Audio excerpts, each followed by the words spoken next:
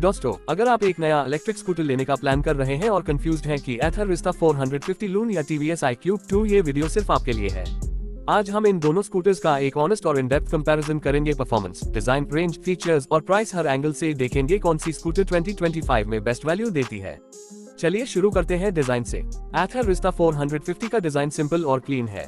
ये scooter urban families के लिए डिजाइन की गई है और इसमें आपको एक प्रैक्टिकल और कंफर्टेबल लुक मिलता है। वाइड सीट, फ्लैट फ्लोरबोर्ड और ब्रॉड ग्रैब रेल, ये सब स्कूटर को फैमिली फ्रेंडली बनेट हैं। वहीं अगर टीवीएस iQube की बात करें तो इसका डिजाइन थोड़ा ज्यादा मॉडर्न और अपीलिंग है। फ्रंट में LED headlamp with U shape DRL दिया गया है और इसका बॉडी पैनल थोड़ा स्टाइलिश और कर्व्ड लुक देता है। टीवीएस ने iQube को थोड़ा स्पॉटी टच देने की कोशिश की है, जबकि एथर रिस्टा थोड़ा मिनिमल और सोबर डिजाइन रखता है। डिजाइन की चॉइस थोड़ा पर्सनल होती है। अगर आपको स्पॉटी और थोड़ा जैजी डिजाइन पसंद है तो iQube बेटर लगेगा, लेकिन अगर आपको एक क्लीन प्रैक्टिकल लुक चाहिए तो Rizta 450 is the way to go. ए फ्लैट बात करते हैं परफॉर्मेंस की। एथर रिस्टा 450 में दिया गया है 3.3 किलोवाट्स का PMS मोटर, जो पीक पावर देता है 5.4 किलोवाट्स तक। इससे आपको 0 से 40 किलोमीटर/आवर की स्पीड सिर्फ 3.9 सेकंड्स में मिल जाती है। टॉप स्पीड अप्रॉक्स 80 किलोमीटर/आवर तक होती है। टीवीएस iQube में मिलता है 4.4 किलोवाट्स का हब मोटर, जो पीक में 6 किलोवाट्स तक जाता है।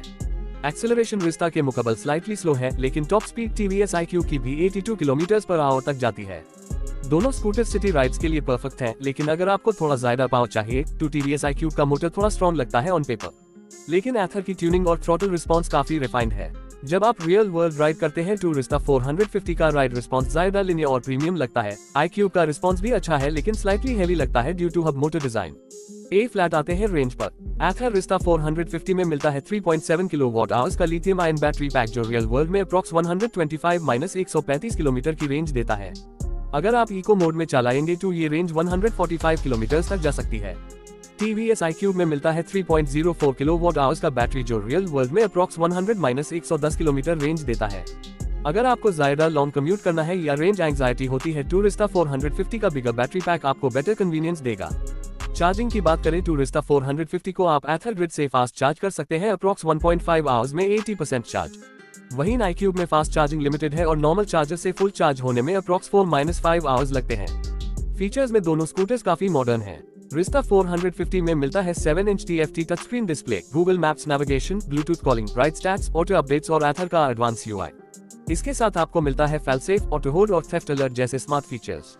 टीवीएस iQube में भी मिलता है 5 inch TFT screen, turn by turn navigation, smartphone connectivity, incoming call alert, path assist और जियो फेंसिंग, लेकिन इसका UI एथर जितना फ्लूइड और एडवांस नहीं लगता।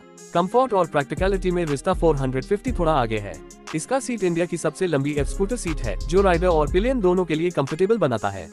साथ हाई फ्लोरबोर्ड ज्यादा फ्लैट और वाइड है, जिसमें आप इजीली शॉपिंग बैग्स या गैस सिलेंडर भी रख सकते हैं।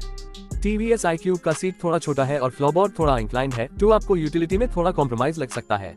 ब्रेकिंग सिस्टम की बात करें तो रिस्टा 450 में फ्रंट डिस्क और रेयर ड्रम ब्रेक मिलता है विद CBS।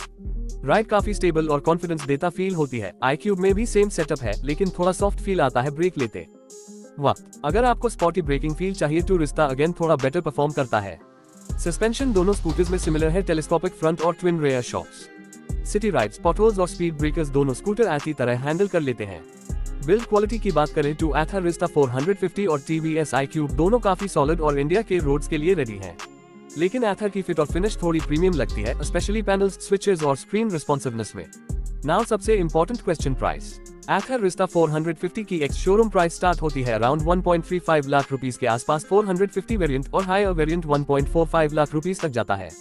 इसमें स्टेट सब्सिडी अलग से माइनस होती है। टीवीएस iQube की स्टार्टिंग प्राइस थोड़ी कम है, अप्रॉक्स 1.25 लाख रुपीस से स्टार्ट होती है और टॉप मॉडल 1.40 लाख रुपीस तक जाता है। अगर आप बजट में थोड़ा स्ट्रिक्ट हैं तो टीवीएस iQube आपको थोड़ा कॉस्ट इफेक्टिव पड़ेगा, लेकिन अगर आप थोड़ा और इन्वेस्ट करके बेटर रेंज, स्मार्ट UI और कंफर्ट लेना चाहते हैं तो एथर रिस्टा 450 बेटर डील लगती है। Don't forget after sales service और कस्टमर सपोर्ट भी एक इम्पोर्टेंट फैक्टर है। एथर ने अपना सर्विस नेटवर्क काफी एक्सपैंड किया है और उनकी app based servicing, doorstep pickup और remote diagnostic system user friendly है। टीवीएस का नेटवर्क ज्यादा बड़ा है और सर्विस सेंटर्स हर जगह मिल जाते हैं, लेकिन इलेक्ट्रिक स्कूटर की सर्विस में टीवीएस का ज्यादा ट्रेडिशनल सिस्टम है, जबकि एथर का मॉडर्न और टेक बेस्ड अप्रोच लगता है। तो दोस्तों, फाइनल वर्डिक्ट ये है, अगर आपको चाहिए प्रैक्टिकल, प्रीमियम और टेक लोडेड स्कूटर जो आपके रोज के काम के लिए रिलायबल हो तो एथर रिस्टा 450 एक सॉलिड चॉइस है। लेकिन अगर आपको एक डिपेंडेबल और थोड़ा बजट फ्रेंडली स्कूटर चाहिए जो थोड़ा स्पॉटी भी हो और एक ट्रस्टेड ब्रांड से हो, तो TVS iQube भी एक्सीलेंट ऑप्शन है। दोनों स्कूटर्स मेड इन इंडिया हैं, दोनों की परफॉर्मेंस रिलायबल है और दोनों ने इंडियन एव मार्केट में अपनी स्ट्रॉन्ग जगह बनाई है। तो आप क्या सोच रहे हो? Rizta 450 iQube? कमेंट सेक्शन में जरूर बताएं आपकी चॉइस क्या है और क्यों। वीडियो पसंद आए तो लाइक करें, शेयर करें अपने एव इंटरेस्टेड दोस्तों के साथ और सब्सक्राइब करें हमारे चैनल को ऐसे और ऑनेस्ट रिव्यूज के लिए। मिलते हैं अगले वीडियो में एक और एव धमेक के साथ। तब तक के लिए स्टे चार्ज्ड और गो इलेक्ट्रिक।